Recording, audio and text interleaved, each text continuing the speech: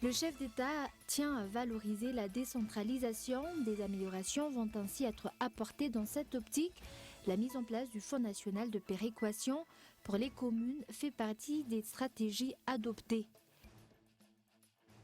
La commune urbaine d'Antananarivo est responsable de l'assainissement des canaux secondaires de la capitale. Faute d'assainissement, plusieurs routes sont aujourd'hui inondées. À Goma, en République démocratique du Congo, un troisième cas d'Ebola a été diagnostiqué mercredi, après le décès la veille du deuxième patient infecté. Signe de l'inquiétude dans la région, le Rwanda voisin a fermé sa frontière avec la RD Congo.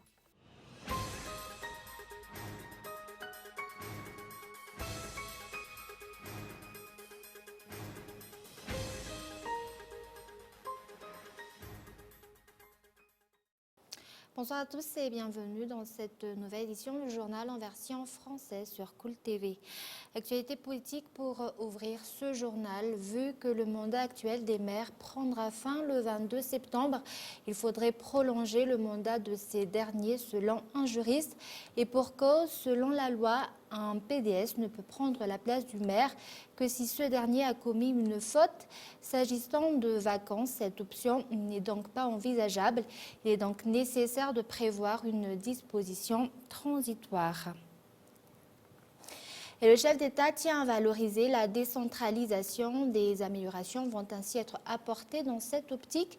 La mise en place du Fonds national de péréquation pour les communes fait partie des stratégies adoptées. Reportage. La mise en place d'une décentralisation émergente fait partie des projets du chef d'État et une priorité pour le gouvernement. Le régime actuel compte également mettre en œuvre des points prévus dans la politique générale de l'État afin de faire de Madagascar un pays développé et moderne.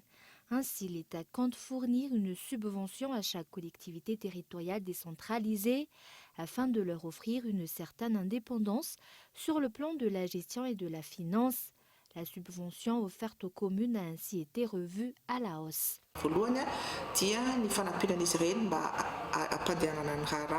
Cette subvention est une subvention de fonctionnement et si l'année dernière, le montant était de 12 millions d'ariars par commune, à ce jour il a été augmenté à 15. Toutes les communes en bénéficient. Outre cela, il y a également les subventions d'investissement issues du Fonds de développement local. Il est de deux sortes dans la subvention d'investissement financée par l'État qui s'élève également à 15 millions d'ariars. 15 millions d'ariars communes. Un fonds national de péréquation a également été mis en place pour les communes rurales. Fonds national de péréquation, j'étais dans un rapport formidable. Le Fonds national de péréquation est nouveau afin d'aider les communes faibles. Le montant dépend de la distance qui sépare les communes des grandes villes et le nombre d'habitants. Je tiens à souligner que ces subventions servent à répondre aux besoins des habitants en matière d'infrastructure. Pour bénéficier de cette subvention, les communes doivent répondre à certaines conditions, telles que l'établissement d'un calendrier budgétaire pour 2019 ou encore la présence d'un comptable professionnel nommé par le ministère des Finances et du Budget. Et la prise de tabac entraîne un déficit de 491 milliards d'ariars à Madagascar. Si 5% de ce montant est dépensé pour les soins, les 95% sont dus à la baisse de productivité des malades victimes de la cigarette et du tabac. Dans le cadre de la lutte contre le tabagisme, l'Organisation mondiale de la santé attend de Madagascar qu'elle se conforme à 4 points, dont la plus importante est la hausse des taxes sur le tabac et la mise en place d'un système conforme à la Convention cadre de lutte anti-tabac. Et si en 15 ans, il est possible de prévenir 30 400 décès, pour la même période, il est également possible d'éviter une perte qui pourrait s'élever jusqu'à 1400 milliards d'ariars. Et comme nous l'avons annoncé dans les titres, la commune urbaine d'Antananarivo est responsable de l'assainissement des canaux secondaires de la capitale. Faute d'assainissement, plusieurs routes sont aujourd'hui inondées. Reportage de Gaëtan Ingensav. D'importantes flaques d'eau sont notées actuellement au niveau de nombreuses routes de la capitale à cause des canaux d'évacuation bouchés. C'est le cas par exemple à Ndutapinak, Antanmin, Anouzat, Ambatrouk et autres. D'après l'organisation mise en place par l'État, la PIPA est en charge de l'assainissement des canaux primaires tels que le canal Andjiatan, la commune des canaux secondaires et les Fouktan des canaux tertiaires. La commune urbaine d'Antan arrive donc responsable de l'assainissement des canaux secondaires bouchés par les détritus et entraînant ainsi une montée des eaux.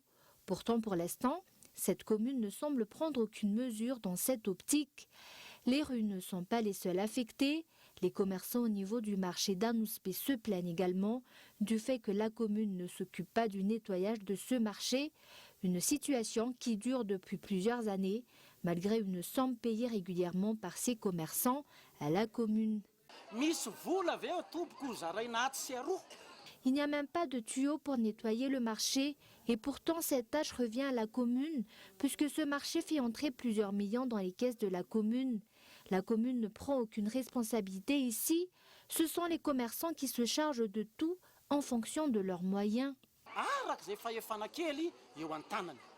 Rappelons que la réhabilitation des routes compris dans leur secteur revient également à la commune et pourtant à ce jour, toutes les réhabilitations d'infrastructures sont effectuées par le ministère de l'Aménagement du Territoire, de l'Habitat et des Travaux publics.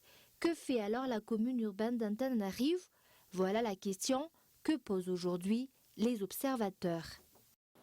Et avant de passer aux actualités internationales, Mian Tahandjianev, journaliste de Cool TV FM, a remporté un trophée pour un concours portant sur la violence basée sur le genre dans la catégorie audiovisuelle, tandis que le concours basé sur la loi portant sur le même thème a été reporté par une étudiante de l'université de Touliage.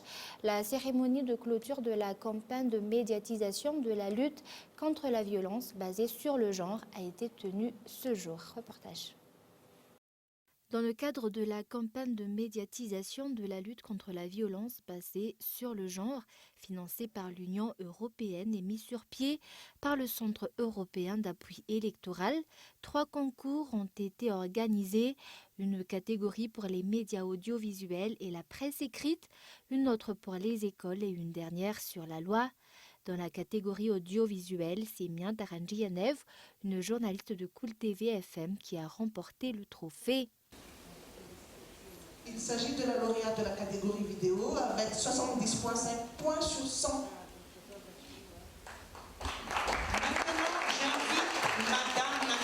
Des journalistes ont également remporté des trophées dans la catégorie écrit et radio. Outre cela, 4 universités ont participé au concours basé sur la loi portant sur le même sujet. Il s'agit de celui d'Antananarivo, de Tuamas, d'Antsranan et de Touliage. 2 étudiants auprès de cette dernière ayant remporté le premier prix.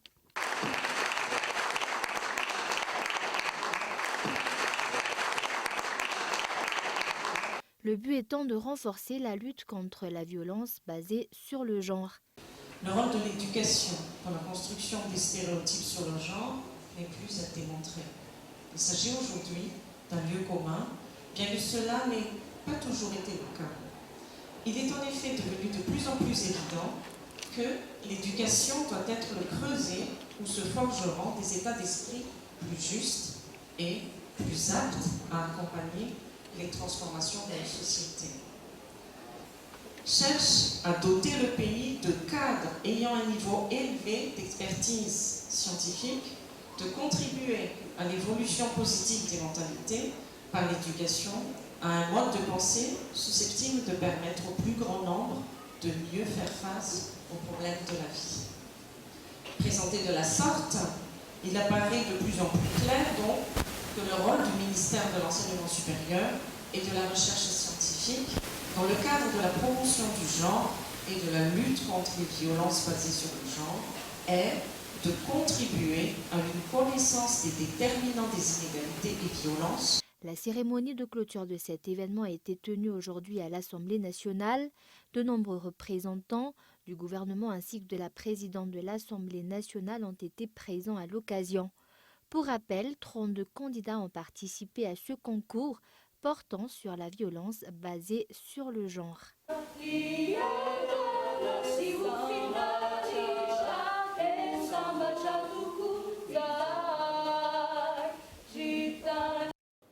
Nous passons maintenant aux actualités internationales. À Goma, en République démocratique du Congo, un troisième cas d'Ebola a été diagnostiqué mercredi après le décès la veille du deuxième patient infecté.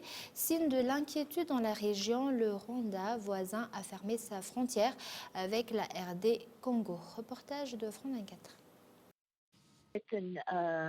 C'est une épidémie très, très complexe. C'est une épidémie vraiment différente des autres parce que ici, c'est une situation complexe. C'est complexe par les conflits et par les communautés qui ne connaissent pas Ebola et n'acceptent pas au début que c'est vrai.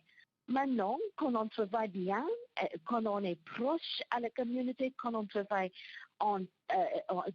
avec les partenaires, avec les communautés comme les partenaires, ça marche, mais ça prend beaucoup de temps.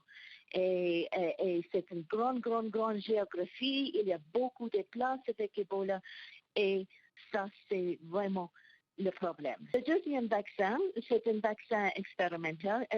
Notre position, c'est tous les vaccins, tous les outils, il faut être évalué dans le système scientifique. Et si on fait la science, on a la preuve, ça marche, c'est bon.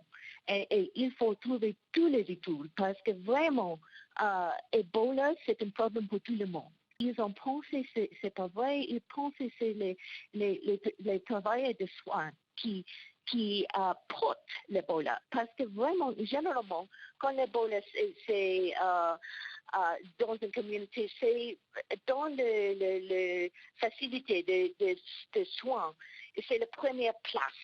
Parce que quand c'est dans la communauté, c'est caché.